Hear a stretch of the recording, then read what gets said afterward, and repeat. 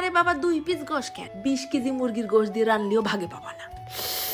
এরম একখান বিশিষ্ট ঝই লাগতো পদ হয়েছে। যেদিন আমার মনটা খারাপ থাকে সেদিন মনেরও মনটা ভালো করার জন্য এরাম একখান ঝালঝাল করে পদ রাইতে ভাত খায়। এই বেশি না, হাড় ছাড়া পোল্ট্রি মুরগির সাদা গোশ 3-4 পিস একদম কুচই নিছি। দিলাম আবার খানিকটা নুন, সামান্য একটুখানি হলদির গুঁড়ো আর খানিকটা ধনিয়ার গুঁড়ো, 1/2 ইঞ্চি দিছি থুকু, 1/2 চা চামচ আদা বাটা আর 1/2 চা চামচ রসুন বাটা।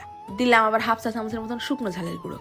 ভালো করে চটকায় চটকায় মাখায় 15-20 মিনিট রাখলাম সাইড করে। মুরগির মধ্যে ঝাল নুনটা ঢুকুক। এইবার নিছি বেশ মুঠখানিক পেঁয়াজ কুচি আর প্রায় বিঘে খানিক শুকনো ঝাল, একটুখানি পানি দিয়ে একদম সাফা সাফা করে বাইটে নিয়ে আসলাম। তারপর কড়াইয়ের পর ফেলাই দিয়েছি চামচ খানিক আস্ত জিরে, টাইলে নিয়ে গুঁড়ো করে রাখলাম। ওই কড়াইয়ের মধ্যেই ঢেলে দেবো মন খানিক সর্ষের তেল। তার মধ্যে ফার্স্টে আগে মুরগিটা ঢেলে দিয়ে একদম ভাজা ভাজা করে নেব। দেখো না, সর্ষের তেল তো না, মনে হচ্ছে কড়াইয়ের মধ্যে হুইল পাউডার দিয়ে কাপড় গুলাইছি। উঠোই উঠোই দেখতে হবে মুরগির গায়ে ভাজা ভাজা লাল রং হয়েছে কি। এরপর বেশ একটু মুসমুসে ভাব হলে তেলটা ছাইকে নিয়ে মুরগির পিসগুলো উঠে রেখে দেবো। ওই তেলের মধ্যেই ফেলাই দিলাম স্কুল ড্রেস খুলে নিয়ে আস্তে আস্তে কয়েক রসুন। রসুনটা অর্ধেকটা খানিক ভাজা হলে ঢাইলে দেবো ওই পেঁয়াজ আর শুকনো ঝাল বাটা। মশলাটা কিছুক্ষণ নাড়ে ছেড়ে ফস করে পুড়ে যাচ্ছে। তারপর আবার ওই ব্লেন্ডারটা ধুয়ে একটুখানি পানি দিলাম। খুন্তি দিয়ে নাড়ে চেড়ে মশলাটা ফাইন করে ভুনতে হবে। এই ফাঁকে দিয়ে দিলাম খানিকটা নুন আর 1/2 চা চামচের মতন হলদির গুঁড়ো। সেটারও কিছুক্ষণ মিশাই নিয়ে ঢাইলে দেবো ওই ভাজা মুরগির গোশ। মশলার সাথেও মুরগির গোশটা কিছুক্ষণ নাড়ে চেড়ে ভুনে নিতে হবে নে। মশলাটা খানিকটা ঢুকুক। এখন আর পানি টানি কিছু দেবো না, তেল উঠা উঠা ভাপ করে নেব। এই পর্যায়ে পাটাটা মাথায় তুলে নিয়ে এসে ছিটোই দিলাম ওই জিরে গুঁড়ো।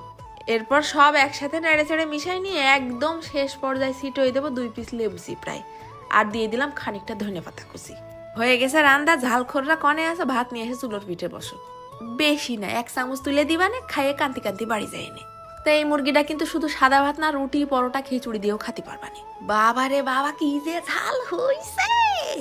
ভাত মাখায় প্রথম এক গাল গালে দেওয়ার পর মনে হয়েছিল পুকুরের মধ্যে যে ঝাঁপ দেই। মন আবার নাকি ভালো হবে না। কি চিন্তা করবি তুই ঝাল ছাড়া? এক গাল গালে দিলি মনে হচ্ছে ডিনামাইট। এই শীতের মধ্যে গোসল করে এসে রোদে বসে খাচ্ছি এইরকম গরম ভাতের মধ্যে ঝাল ঝাল করে মুরগির ঝাল।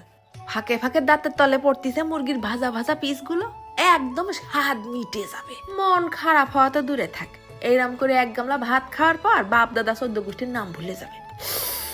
লেবুর টক টক স্বাদ আসতেছে, ধনে পাতার ঘ্রাণ বেরোচ্ছে আর লাস্টে জিরে ভেজে দিস না, মানে স্মরণীয় হয়ে থাকার মতন এইরকম একটা স্বাদ। তো এইটা খাতে গেলে অল্প স্বল্প ভাত নিয়ে বসে না, এইরকম করে রানলি এমন কেউ নেই যে 2 গামলা ভাত না খেয়ে হাত ধুয়ে উঠতে পারবে। তবে পরের দিনের রিভিউ কি হবে তার জানতে চাওয়ার চেষ্টা করো না। এইসব খাতে গেলে বুকের বাটা লাগে। কি যে টেস্ট, বানায় একবার খাইয়েই দেখে নে।